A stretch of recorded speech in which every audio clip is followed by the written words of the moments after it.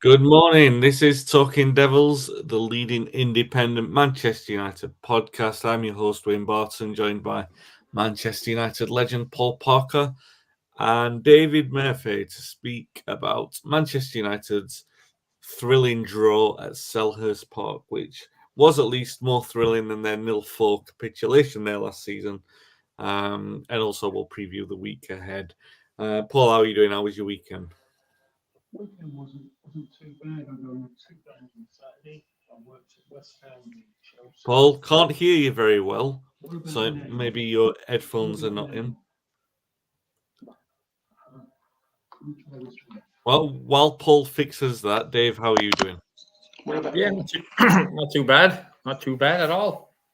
Not a bad Unfortunately, weekend at all. Took a trip to Kilkenny. Little things Oh, like what's- that, you know.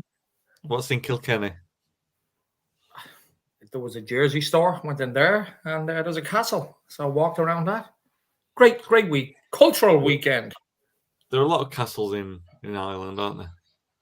Lots of castles. I feel like the number of castles in Ireland is quite disproportionate for the size of the island. Well, you know, we spent a long time trying to fight off invaders, so we had to build a lot of castles. Yeah, Dave, obviously old enough to be involved in the construction of those castles. Paul, are you with us now? What about Audibly? now? What about now? Yeah. Oh, we coming through nice and clear. How are you doing? How was your weekend? Well, I went to West Ham v Chelsea, but that wasn't good at all. And then after that, I was working that game, and then I travelled across to watch United at Crystal Palace, which is Yeah. always good. Palace is a great ground to go to. It's just for atmosphere and everything, but not if you was a United fan, you would have been worried about what happened at the end of last season. But it was good. The game was good. I thought it was a good 0-0. Yeah. No, yeah, it was. We'll talk about that. Johnny says, good morning, gents. Hope you're all well. United played very well. Much improved, deserved the win. We were just unlucky. Robbie says, we are a cultured nation. Look, I've spent a lot of time in Ireland over the last few months, and I'm not complaining. I just think there's a lot of castles, that's all. And you know, like Dave says, deservedly so. He lives in a castle. Yeah. Anyway, Palace 0, United 0. Paul was there. United did actually play quite well. Dominated probably 75% of that game. Really, that ended quite limply. So many chances in that first half, in particular. If we are honest about where we are in the trajectory of United's progress at the moment, then Liverpool aside this season, the performances have been quite well, and we can say it's obvious that the consistency of the defensive selection has helped that. Obviously, we're not where we want to be. There's a few problems there. The lack of clinical edge in the attack is one thing. Even the argument, which will probably rear its head throughout this season, might be, does Fernandes fit into a system where you're trying to be systemic and walk the ball in when you've got someone who likes to gamble as much as he likes to gamble? Just a really strange performance, but a good performance in terms of, we say, you need to build on something. It can't always be the kind of chaos that we saw at the end of the Liverpool Cup game last season, which, as United fans, we all love to see that because it's the stuff that gets us off the edge of our seats, but it's not sustainable. You need something to build on, like we saw on Saturday night. So, Paul, 0-0. It's not the best result, but in terms of what you saw, you said there, it's a decent, entertaining 0-0 draw. And what did you take from United's performance in that? I think you have to take a lot, and for me to say that, I think people must expect me to be, maybe demanding more and asking more. But given how things have been, I would say that 45 minutes as an attacking side, and you look at the way they were passing with purpose. You look at it defensively; it's the best I've seen for a long time. Before, I would have said the cup final was maybe the best I've seen. The way he set up when everything was against Ten Hag on that given day or the day before, what had been said, and they come out and they perform so well in that FA Cup final. But that performance was the best league performance I've seen as an all-round team, a team that looked structured, a team looked so good and positive going forward. And it, as you were saying in the lead up to this, Wayne, it was just, there was no one there clinical enough to finish off. So you just go in there, you go in at half time and sitting around, and it was just good to sit around with people and hearing people with a buzz. People had something good to say about it, not that I should be in front and because we had this. It was just, it weren't even talking, it was just talking about everything before it and just seeing the way things were being built. Yeah. Which shows that there is kind of some kind of structure being formed. And I think and what happens next is he's got to now try and keep that continuity of the team going to try and get something, some kind of understanding going. And you mentioned about Fernandes, and he was quite poor, to be perfectly honest. Decision making, execution was poor. So it's up to him now to try and fit in. He's got to try and fit in. He might have to try and change his game, and knowing that he can't try and play the Hollywood pass all the time. At this moment in time, for the way Ten Hag wants to go, it might not suit him doing that. Does it suit the Premier League for Hollywood passes? No, not really, because everyone is playing a similar kind of game now in certain ways. So I'm hoping and I'm looking for the next game that they can carry this on. It might not guarantee a result because they're not being clinical, but you still need a base to start from. And it definitely looked promising after what was a good week, scoring 10 goals. It was a big game. It was a big game, the Palace game, after those two games. Yes, should always beat Southampton, but the manner in which they beat Southampton was a step forward. I thought Barnsley at home was everything you want from any top side. You win the game by playing well and being positive and keeping everything right.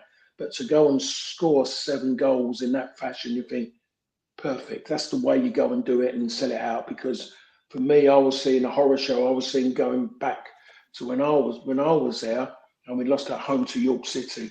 And that was the last thing. That was the last thing that Ten Hag needed after Southampton. And I was so pleased in the manner they done it, in the manner in which they done it, and the goals they scored as well. So, and they never took the foot off the gas, which was perfect. Yeah. So it all built in, which I always believe in. A good performance behind you makes you feel that much better when you're going into another game. And at this moment in time, United have gone and done that. Yeah, it is a strange one, that Dave, because I mean there is a general sense of positivity, but I think when you play all right in a draw, and it's always the next game or the next 2 games, the sort of consistency of where that draw leads to, that you think, all right, it wasn't a bad draw to pick up because the continuity was bad, or you think, oh, they've dried. You know what I mean? You can't predict with this United side. The thing is, like, do they think now, are they hit with confidence because they couldn't create a goal?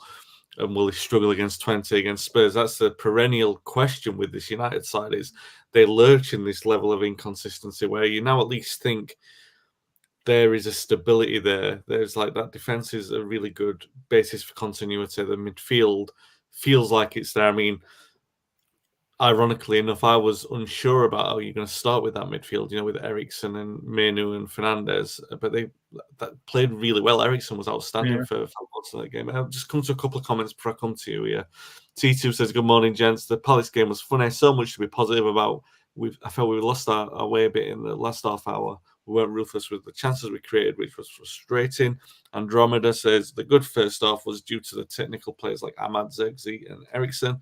The game plan completely changed when they were taken off. Yeah, that's the point I'm alluding to there, notably with Eriksen, but the others as well. Zirkzee was really good in terms of his build-up, but not with the kind of presence that you want as a centre forward. And you bring Højlund on, and you want that presence. Rashford didn't really do much, and Højlund, he's finding his way back in. So a difficult situation for them to, and obviously Ugarte is there to not be like Eriksen. He's there to basically anchor the midfield, which he can do effectively, but when you're chasing that goal, it feels felt a little bit like a counterproductive move, really, which is difficult considering the hand that Ten Hag had to play. You can understand why he played it in order to change it up, but it did sort of contribute to that flat last 25 minutes or so. Considering all I've said there about the momentum and the consistency, and a result like this being judged in the context of what follows, how happy were you? How content were not happy? It's definitely not the right word, but how content were you with what you saw in terms of that it being a sign of progression on Saturday? Yeah, I mean, there's a lot of positives from Saturday. Before we went into these two away games, I think a lot of United fans would have taken 4 points out of 6, considering recent trips to Palace, especially. Southampton, we completely overran them. Very positive. And I thought against Palace, we took it up another level for the first 60 minutes. As soon as Eriksen went off and as soon as Xerxes went off, we just fell flat. I was a bit surprised to see Eriksen start, but eating my words after about 20 minutes because he was one of the best players on the pitch. I've been heavily criticizing Rashford for the past year because he hasn't really shown much. And then the time he gets into a bit of form, I'm looking forward to seeing him play. That was a little bit baffling. I'll be honest, it really was a little bit baffling. But I came away from the game. And this is the biggest positive I take away. I came away from that game upset that we didn't win it. Whereas before going to Palace, we would have taken a point. I think there's definitely a huge improvement on last season. As Paul said, defensively, we're really, really solid. We haven't conceded in 3 games. Albeit, the teams we've been playing against, we wouldn't call them, top 4, top 6. But then again, the old cliche last season, we would have conceded to those teams. I think we've really got a good solid defense now. Our midfield still has to be nailed down, but I think he's going to chop and change that throughout the season, depending on the opponent. And the second positive thing I take away from it is the strength and depth that we have, that we can bring on Højlund, that we can bring on Rashford. Casemiro didn't even get a sniff. It's probably the most positive 0-0 game we've had in a very, very long time. One of those chances goes in, 3 more go win. That's what I honestly believe. We do have two concerns. First one is an out-and-out striker. We can't seem to put the ball in the net. We have the most. We've 17. I think it is big missed chances. That's the most in the league, and that's concerning.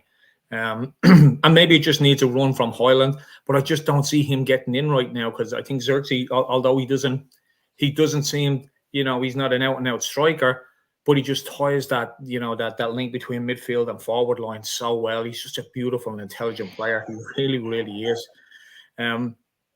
The only concern I have is the same as Paul, and you mentioned it. Does Bruno Fernandes, and this is, I hate to say this because I'm a massive Bruno fan.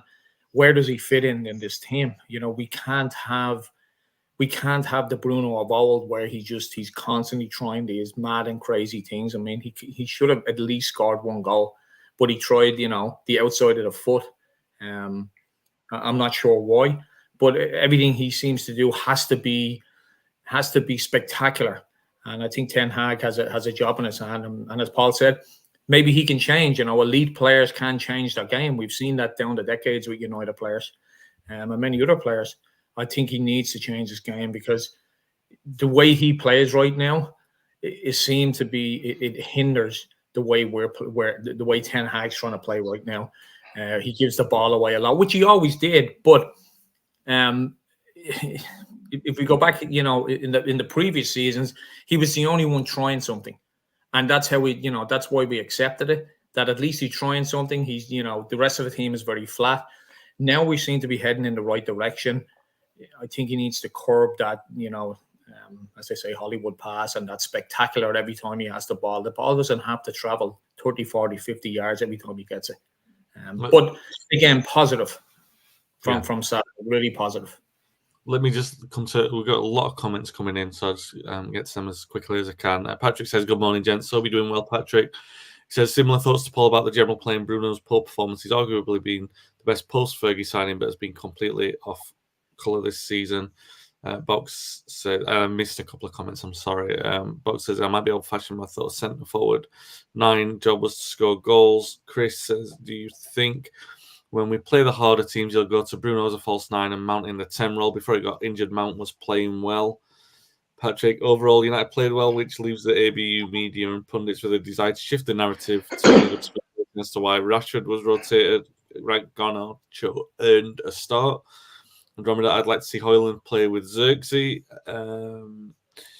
Box, I can see similar narratives with Xerxes and Weghorst. Hold up, play for a big man. Yeah, but I think Xerxes looks technically really smooth. I don't really remember that with Weghorst. But I take your point. I understand what you're saying there. Xerxes definitely has presence. He stood out between Kanate and Van Dijk. Just needs to put away those chances. T2 says, I think part of the issue is we've got more technical players. Bruno doesn't have to do it all. I think he's good enough to adapt. Dan, we'll come on to the McTominay comment in a moment, but a good observation. I tweeted that as well. Tongue in cheek, but I saw the point there. But the overall point there, we've all made a point there on Bruno, Paul. But there were passages in the first half where you can see if Bruno becomes a little bit more, let's say, conservative, for want of a better phrase. If United operate that system where they use the wingers to get behind the fullbacks, or in that space between the fullbacks and the centre-halves, which obviously worked so well in the cup final, and looks like the biggest weapon that United have, considering the pace and the ability to get into those positions. I'm not saying Amad or Garnacho are the quickest, but if they can operate that space and get into those spaces, it looks like it's United's biggest weapon. The biggest part of what looked good for United were the little pockets of movement where there were fast passes between, let's say, Eriksen and Manu in particular. And you just had that feeling that when that pass went, it was either 1 or 2 yards too short. It was just behind the fullback. There's enough there, or there was enough there to think, all right, you persist with this for a little while, even if it is all the same personnel, because you think maybe it just needs time to click, right? Because he didn't look a million miles away, and some of that football, particularly in the first half, was really attractive to watch. Yeah, it was. It was the interpassing and the little kind of triangles, is what they call it, was quite good. It was something that you haven't seen for a lot with United because of the changes in midfields. But maybe it's a case of Bruno might have to step away from that, and he might have to be making those runs. If you haven't got a natural goal scorer on the pitch as such as what United didn't have at the weekend, you've got someone like Bruno, generally is the one who gets there and is a decent finisher normally when he gets the 1-against-1s. Then maybe he could always be that one who's making those run through. He might just have to look at him changing his game to get more from him. If United are going to become a little bit more of a kind of retention ball, a team that keeps the ball better, is going to kind of adapt and go that way. You're going to get maybe better Amad. It's going to help him a lot out wide. I think Garnacho, it could help him, because I think if you're going to go from back to front, and he's never going to get there because he hasn't got that pace. He has to start his runs early to stretch people out. That's how he has to play, or get the ball to his feet, and then he might have to pass and move around people playing little 1-2s.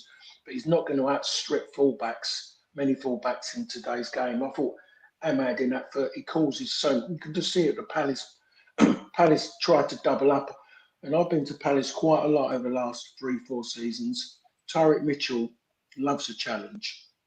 I don't think I've seen him troubled so much as what he was against Amad. He couldn't work him because he wasn't trying to run past him. He was just he was forcing him to dive in, and he was just walking around him. So he caused problems. Garnacho caused problems. And the game altered, and I hope I'm not jump too quick, Wayne. The game altered when he decided to take off Xerxes for Rashford, and he put Marcus Rashford in the middle. And that's maybe because he didn't really want to unsettle the strength of what was happening wide. Yeah. Well, in my opinion, if he's going to make that decision, put a centre forward on. Yeah. Don't put someone who's already gone out in headlines saying, I don't want to play there. Don't do that, because you don't do that as a manager. And don't do it because you feel you've got to get them on the field to cover bases with a pocket of people. Do what you think is best for the team. And what was best for the team was Ahmad and Garnacho out wide. Soon as he made that change, they lost everything through the middle, because they never had. They lost the passing went, because they had no one to play off. They lost that triangle at the top there, Mainu and Eriksson. And then when he then took off Ahmad for Hoyland. Yeah, he went and done that. That changed it even more, because Marcus Rashford went to the left.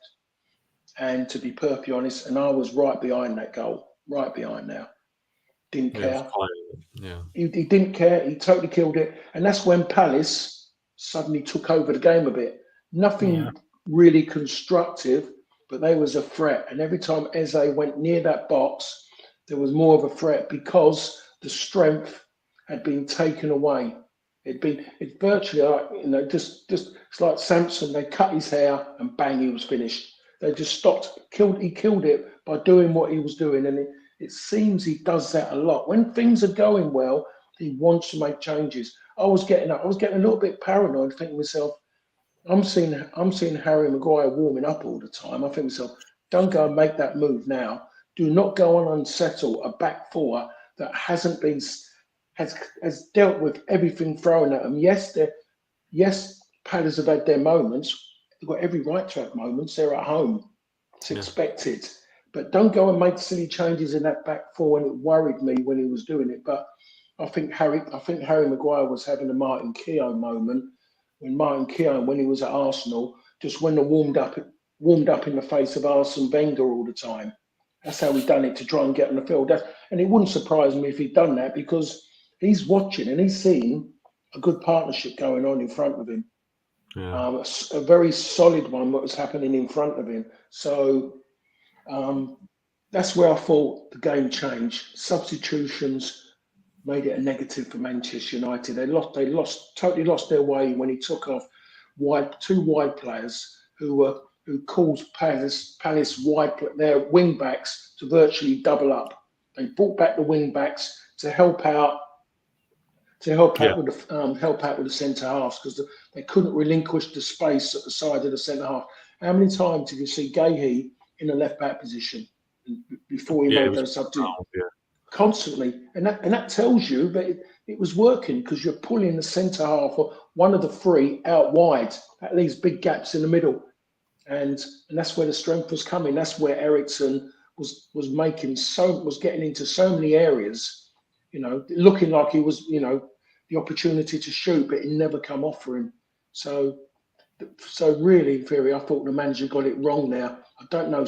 Why do sometimes you change things which are going well, thinking that you could make it better when you haven't really got the personnel to do it? Or why make changes when you feel you have to get a player on the field because you feel you got to keep certain people happy by getting him on the field?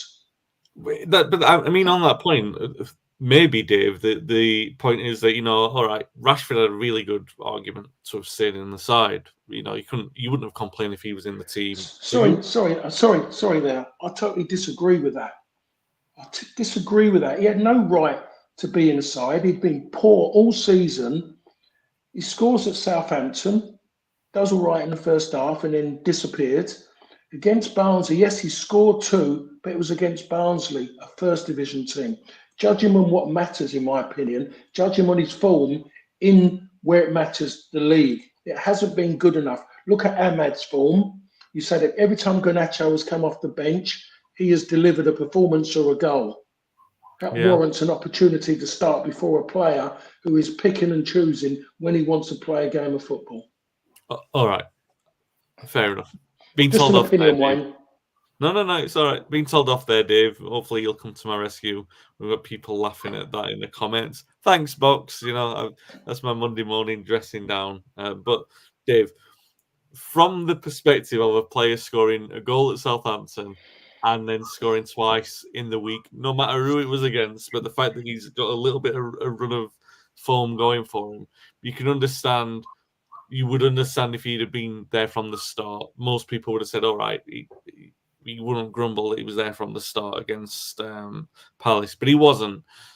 But then you can kind of understand why he's the first one called into that system, not into the system, sorry, but from the bench, considering that, Højlund's a bit rusty. So you think, all right, bring on the player who's in foot, but not into that system.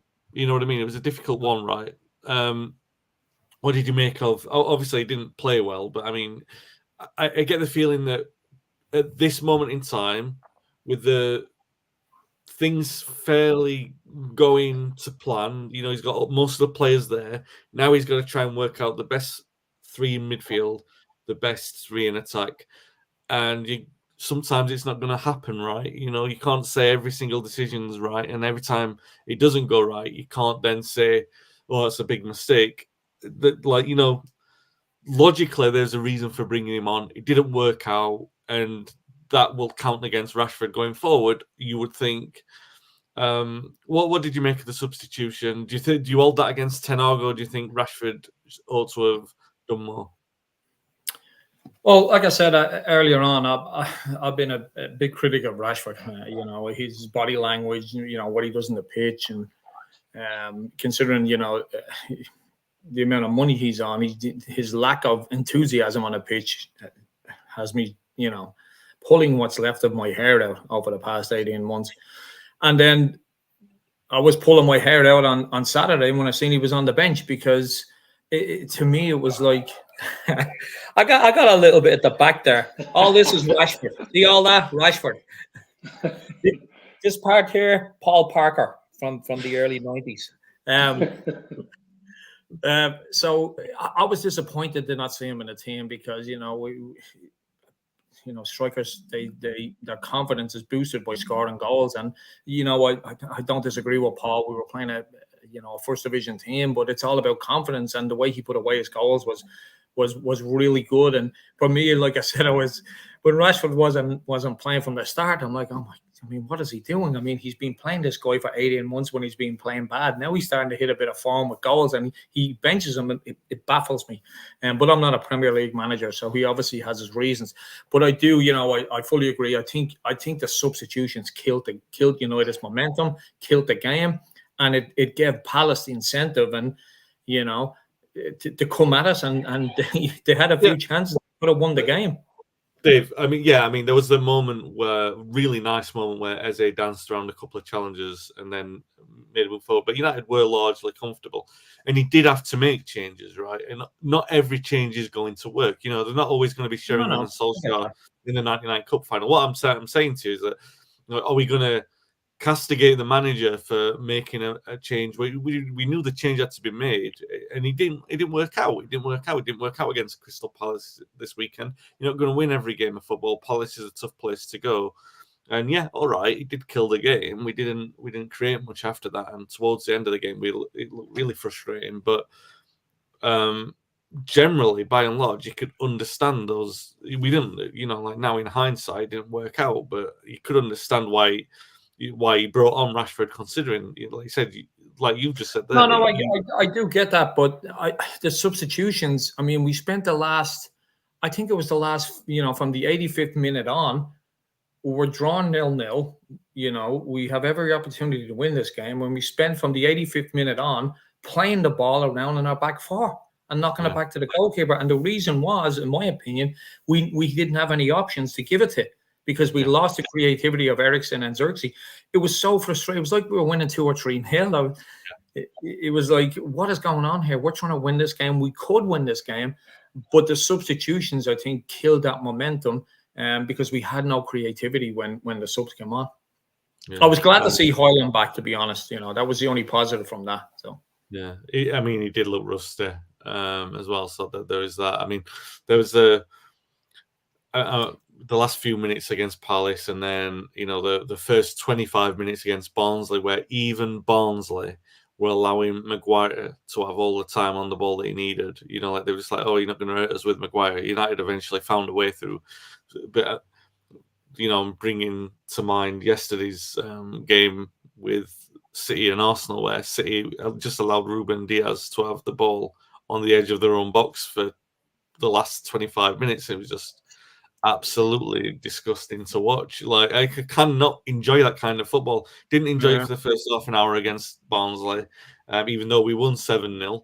It sounds like I'm really spoiled grumbling there, but I just can't enjoy that style of football. And it is something that Guardiola has influenced through this bizarre game of wealth that City have got. Hopefully that will change in the future, but it's just horrible to watch. And I can understand why United sort of regressed a little bit on Saturday. Obviously, we hope that Ten Hag, remember the start of his reign, he always seemed to get everything right with the substitutions. Hopefully that will come to him as he settles, because it's a new squad, really. Couple of comments here. So Dan said earlier there about bringing on McTominay. Did we miss Scott McTominay at Palace? And Box said, do you know what we needed the last 5 minutes? McTominay. Paul, I mean, play with limitations. Nobody's going to pretend McTominay is what he isn't. I don't think we'll do that on this podcast even. I don't think anybody had any ill will towards McTominay, but we're not going to start romanticizing the past with him and say that he was what he wasn't. However, maybe the point is that in that last 5 minutes, that little bit of chaos theory, that United have had, Bruno playing the ball in, like hoofing it in, and well, not hoofing, that's a bit critical towards Bruno, which I don't really mean, but United like flying the ball into the box and McTominay being a target for it. Maybe did we miss that on Saturday, or do we think that maybe actually, even though it was flat, it's actually a step forwards to what we want to be seeing from United? Yeah, all right, we didn't like how it ended, but we want to see United more in control. We don't always want to see that gamble in the last minute. I think if he'd have been on the bench, I think he could have been the substitution instead of maybe Marcus Rashford coming on. In that sense, maybe just to change it, to do something different, to maybe ruffle them a little bit more than what he did. Maybe to give Gahey in the other centre half who played the Moroccan international, maybe just to give him a little bit of a different challenge. That definitely I can say that now, knowing that Scott McTominay coming on instead of Marcus Rashford would have had more of an impact, without a shadow of a doubt, given what Marcus Rashford added, to be honest. And he mostly feels that he should have started, but still, when he goes on the field, you don't let your mates down. And I've said that 1,000 times, Wayne, with yourself and Dave about that. Doesn't matter. You've got to grumble with the manager and you think you should have started the game. If you're given the opportunity to come on, you go out there and you prove to the manager why you should have started, and then you go out there and you don't let your mates down. He done neither, really. He just maybe answered the question, and the manager may have now actually going to put it on the Sharpie on the board to actually say he just doesn't really fancy it. It's as simple as that. And if you've gone and done what he's done, scored 3 goals in 7 days, you haven't been given a chance, and you come out there, you'll try and go and come on as a sub, and you will try and go and score a 4th goal within 8 days. You'll try and go and do it, Wayne, and then you don't have to say anymore, do you? And it's done. But he never looked like scoring because he didn't look like he wanted to get on the ball. On 3 occasions, he never jumped, and there was people. And I was meant to be around Palace people. There was a lot of Manchester United people. And when I say Manchester United people, I mean Mancunians around me who were fuming at the lack of effort to try and jump for a ball. I mean, at one point, Højlund has jumped, and the only thing he could do, Højlund, was jump and try and just get a touch. Just try and do something, make good of something bad. And he gets a touch. Marcus Rashford had just stood wide. That ball went in between the fullback and centre half. And do you know what he done? He shouted at Marcus Rashford, and he went like that. He threw his arms up at him, and I'm kind of going, well, all he can do is flick it. And there's a word used in football all the time. You go to kids, you go all the way through the card, all the way to top level, and parents shout it at their kids, and managers will shout it, gamble. Yeah. Belief. That's all it is. Trust. 3 separate words that you use, and it associates to the people you're with on that football field. And he done neither. So, go on. Sorry. No, yeah. I understand that. I mean, from the point of view of would I have the point being McTominay's absence, right? So Højlund really makes a more logical sense in terms of like, oh, you bring Højlund to do the thing that McTominay did, and I can understand again with him being rusted, it didn't work. I mean, Dave, on that sort of romanticism over McTominay, yeah, okay, it's a situation we would have brought him in last season. My point to Paul was kind of like, yeah, all right. Now I would say Højlund is the logical thing, but it wouldn't look like it's more of a United role in the throw in the last row of the throw of the dice. You know what I'm saying? Like McTominay always looked like a gamble. It always looked like United had no other options. In similar way to what it was like when we had McTominay, Fellaini playing. You put him up front because you've got no other plan on what to do. It's not quite the same with Højlund because Højlund's meant to be a striker, but he's the same kind of physical profile as McTominay. So if you're bringing him in that situation, you're saying, all right, United they're going for it. But that said, maybe you want to invoke a little bit of that gamble because you want to create a little bit of panic in the home defence. You want to make them think that anything can happen now because United are going to be a little bit desperate, which obviously did help United many times last season. It helped them home to Brentford, numerous other games where McTominay scored. Do you think that United are missing McTominay, or do you think there's a progression of the team that maybe Højlund is the player to fit that profile now? Yeah, no, listen, I'm a huge McTominay fan, but we need to move on from players of his level. And I'm not trying to be disrespectful to him, but McTominay's not going to win us league titles. And reminiscing about last season is great and all, but we had to move on from McTominay. For me, it's just I don't think it's a valid point. We need to move on from him. We need to progress.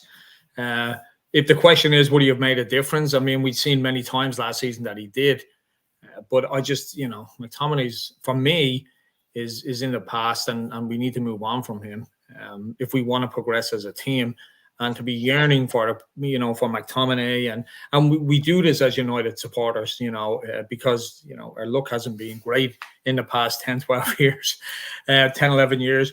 We reminisce and we look at players of previous season and say, well, we should have never sold them. I mean, it'd be hard to argue if you go back a month. Probably 80-90% of United fans were in favour of selling McTominay. I truly believe that. And now, we've sold him. It's like, well, we should have had McTominay, I mean, Paul knows this. He was a professional footballer. We supporters are fickle. We really are. I've said that numerous times. We're fickle and our opinions change really quickly. But I don't believe having McTominay was the answer. I think the problem was we took off our creative players and that killed the whole game for us. The other point to that as well is that, yeah, all right, McTominay is a player from the academy who understands the desire and everything like that is a loss. Let's not pretend otherwise. But the one thing that we haven't seen as a consequence of his departure is Ugarte really starting in midfield and starting to impress. We've seen little bits of him, but he played all right against Barnsley. He came on in both the games at Southampton and Palace, but obviously Southampton, all right, could do what he was all right there. He was actually quite high up the way that he was pressing. Against Palace, he's not going to be Eriksen. So it was a peculiar situation to bring him on, but you could understand why he did it because Eriksen was tiring and Ugarte is the obvious player to come in. So the like for like is actually Ugarte for McTominay. But in that situation where you're gambling to win a game, obviously McTominay was a bit of a beacon last season. So it does. I mean, the exchange of what we risked for what we get in will hopefully be more clear in the next 2 or 3 months when Ugarte is played in that pivot role in midfield. And he's saying, "Oh well, United's play is much more solid now." And really, we haven't seen that. We haven't seen that on top of the defense, which is, as we've all agreed here, is so much more settled. You get the balance of Luke Shaw on the left, so then there's a proper balance in that defence. You get Ugarte playing the way that he's supposed to be playing in there with the two other midfielders who are around, Menu, probably Fernandes, but you're not now going to discount Eriksen in that role. You might see something like that. You might see Ugarte playing against Twente at the midweek, Paul. So, bit of a reunion for Ten Hag, a team who he started his career and ended his career with as a player.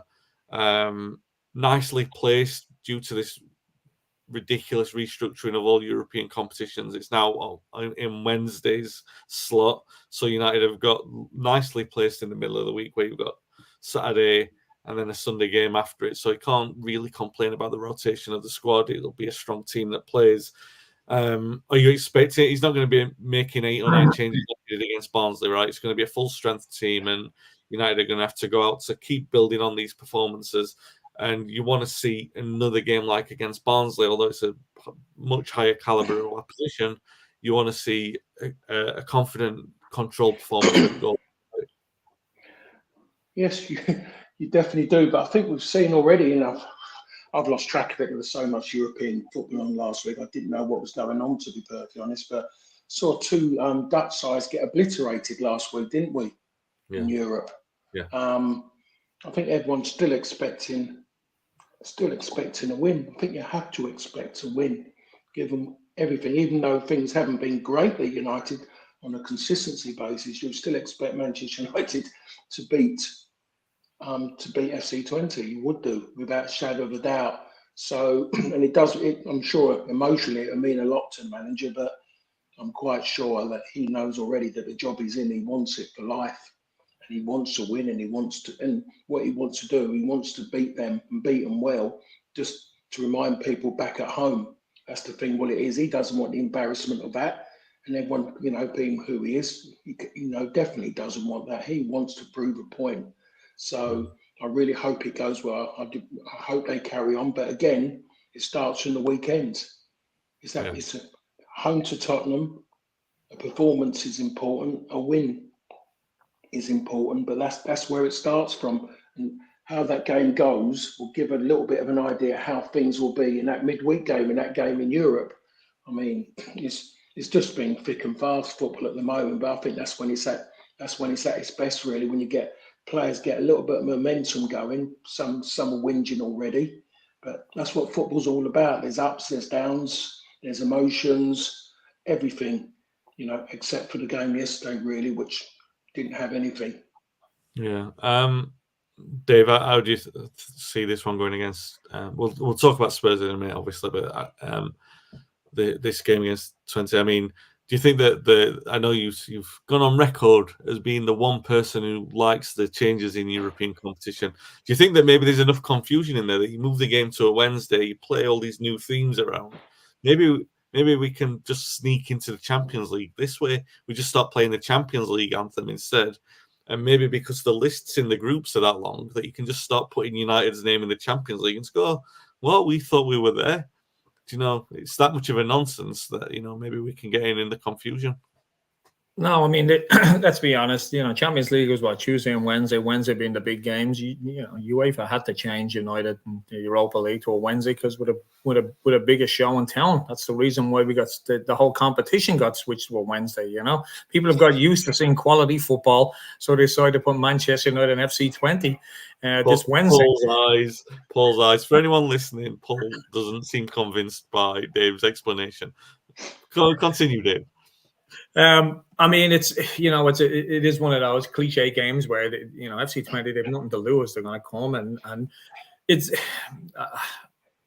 I wanna hope that it's an easy game, but we never really make it easy, do we? That said, we've started off well this season. I love the format. I really do. I think it's great. That whole league structure thing was just a joke. It was like 2 teams getting absolutely mullered by the 2 seeded teams in 4 games. And then, it kicks on when we get to the quarterfinals, semifinals, when you see the big games. This one is, you look at the Champions League, Liverpool got Milan and Real Madrid. You normally don't get those games until, the latter end of the competition. I love this format. But getting back to Manchester United, I mean, it should be a comfortable win. It really should. But these guys are going to come and they've nothing to lose and a point to prove over their former player.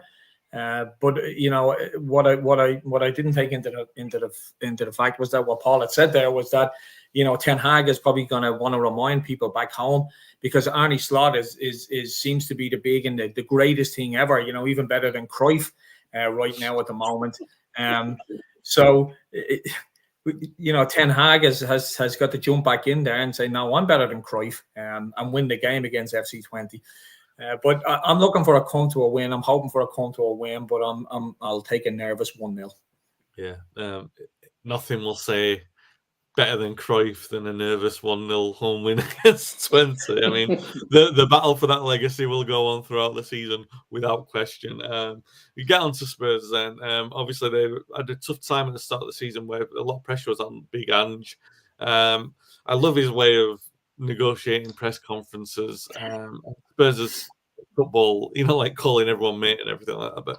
But Spurs' football has been a little bit unconvincing for their fans. They actually got a good response to the North London derby of the weekend when they beat, I think, Brentford, wasn't it? 3-1. Solanke scoring his first goal. Solanke with I'm not sure about his scoring pedigree. I don't want to do him too much of a disservice, but I feel like the only team he's scored against in the last 6 years is us every single time he plays against us. And it's usually like from a daisy cutter from 40 yards or something like that, like it was last season. Jokes aside, obviously, he needed that goal to start getting confidence. Spurs needing that kind of focal point in the team as well, although they've still got some very good players in there. Paul, maybe not a Spurs fan anymore, but you do keep a close eye on them. What do you think of them at the start of the season, and what do you expect from them on Sunday? They're just going to be what they always are. They're going to be consistent. They're going to have their moments, and that's how it's going to be for this season. The manager has put them under pressure already because they always win something in his second season. But at the moment in time, there's a little bit of a, maybe not words, but Tottenham fans, the ones in and around me, are like that this season, this moment in time. They're not really sure, where last season it was 100% positivity with Ange, and now they're not sure. They're seeing this ridiculous high line. This high line they keep playing. It's absolutely suicide football. If you want to do that, now and again it works, but they do it religiously. So that cost them the North London derby in the end, really, when they should have sat in. They didn't have their main centre half in there, and it cost them. So they're always like they will give you opportunities all day long. That's the one thing Tottenham will do. They just give. It's as simple as that. But they have got maybe a few little individuals who can maybe just pull it out of the bag in such a big fixture. That's what they've got. They've got a few like that.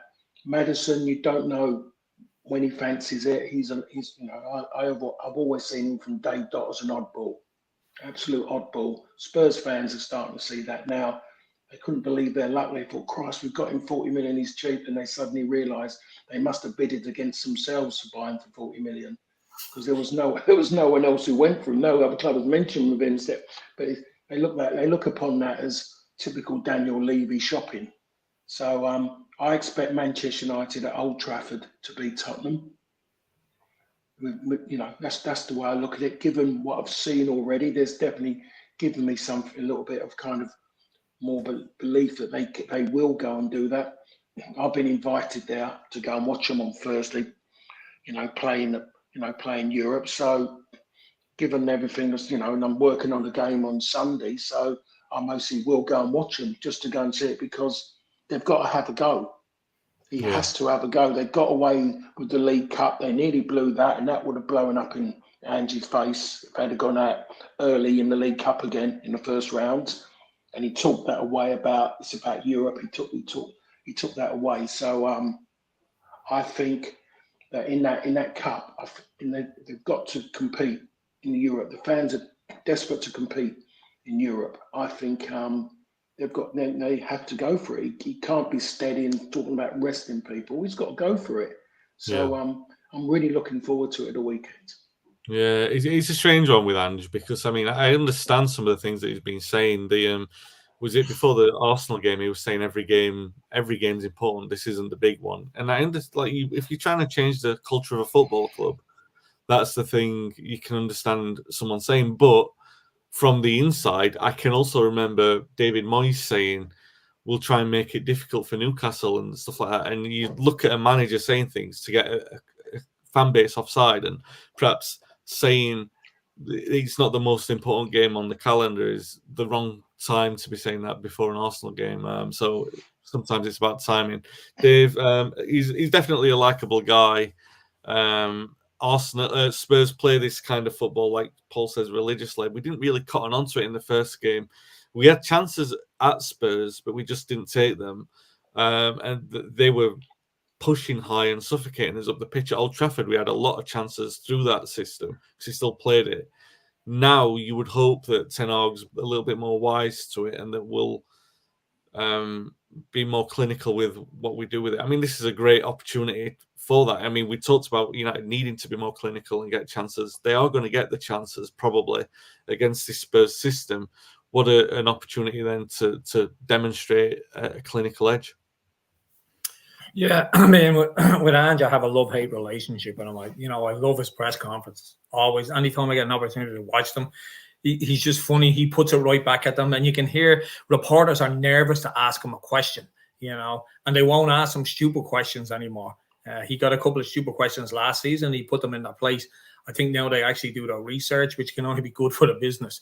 But I do believe he's a very overrated manager. I do. I don't see what some people seeing him. His football is a little bit wacky at times, and he's not. He doesn't seem to be a manager that's going to change his mind. He is going to play that high press all the time. We just have to be. We just can't keep consistently missing chances because the confidence is just going to go downhill. I think we'll beat Spurs the weekend, and I think we'll beat them quite comfortably. I haven't seen anything from Spurs this season that concerns me. I think last year they were a better team last year, in my opinion, and maybe that was the first season thing. But Ange he's only got himself to blame for the pressure he's put on himself by making that ridiculous statement last season. I always win something in my second season. I think he forgot that Spurs was over the door of his office. So the added factor of that, he's put himself under this pressure himself because. Now the journalists that take a hand slapping off him every week are just waiting. They're just waiting for him to fail. They're waiting for him to get beat, and they're going to pile on more pressure. But like I said, I think Spurs were a better team last season, and I think they're there for the taking this season. Yeah, it reminds me of Dave Sexton said that when he came to United. The reason why he left QPR, why he was leaving QPR, is because he'd been with them 3 seasons and not won anything. So he said that. So he'd already set himself up to say, like, if I'm at United for 3 seasons and I don't win anything, and obviously the end of the 3rd season was that cup final against Arsenal where we famously came back from 2-0 down, came back to 2-2, and then threw it away in the last minute because he delayed bringing on Brian Greenough, and then afterwards came out and said it was a privilege to be associated with such a cup final, which you wouldn't normally hear a Manchester United manager speak like that after defeat. Said a lot about him as a man and how sporting he was. But yeah, Ange is in that situation. If you're wondering why I'm calling him Ange all the time, I still can't pronounce his surname, so I'm being more informal. He would like me. I would think that he'd like me being more informal with him. He'd call me mate, I'm sure. But yeah, a rod for his own back in a sense because, Spurs, I remember when I was growing up, you, Dave, same period where because they always would win something or get to a final in the year ending 1. That's what they would say, and now it's become less frequent than that. Obviously, it's 2008 when they last won the trophy, the League Cup against Chelsea at the time. Is it Chelsea? Yeah, I think so. Yeah, I think so. It all kicked off. Usually did. Avram Grant, manager at that point. I could be wrong. Someone can tell me in the comments or tell me on Twitter if I'm wrong about that. But that's a long time since Spurs have won a trophy, and yeah, to sort of like say, put the pressure on him. And I also read that last season was the first full calendar season where a manager at Spurs has lasted the full season since 2019. which is quite outstanding when you think about it. Well, definitely outstanding. So we'll see. I do like him. I'm, like I said, a little bit more on the fence with him with regards how he delivers success, but we'll see. We're obviously not invested in that. We hope that he fails miserably on Sunday. Paul, Dave, and I will be back next Monday to talk about United. Hopefully, having a really good win against Spurs, a really good week. 2 wins to talk about. More goals, more clean sheets. That'd be very nice. And a bit of a different trend from United to what we saw last season. Although, knowing United, anything could happen. We'll be back next week to talk about it, guys. Thanks for listening. Thanks for watching. Have a great week and take care.